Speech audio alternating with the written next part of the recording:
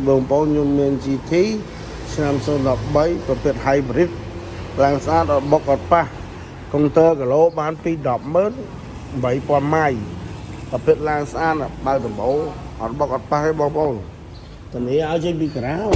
chắc tông cao bông lúa của bạn tên gì lên sốt bón này nó bông bọc hết tay chương mà bia ấy thóp cái camera xịn á ở bên nào edit camera ấy thì lạ lết CB 8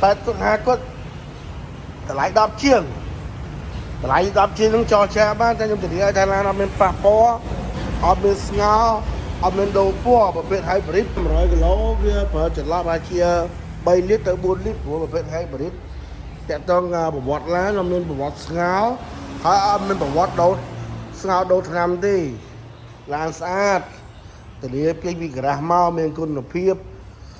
option full បើកដំបូងនិយាយរឿងពុះស្បែកវិញខ្ចីញ៉ាញ់ណាបងប្អូននេះមិនអួតទេដៃជើងណាសានហ្មងទិញមកខុសទេចង់ទិញបងលួក៏បានចង់ទិញជាលុយសុទ្ធក៏បានដែរបងប្អូនណាពុះស្បែកអីហើយតម្លៃតាក់ទងការបងលួការចរចាបានទាំងអស់អត់អីទេបងប្អូនសម្រាប់បងប្អូននៅភ្នំពេញនៅខាងអាចបាក់តាបងលួបានហើយឲ្យមានចូលរួមចាប់ពី20 ទៅ 40% ទៅ 50% បងអរគុណច្រើនបងជម្រាបលា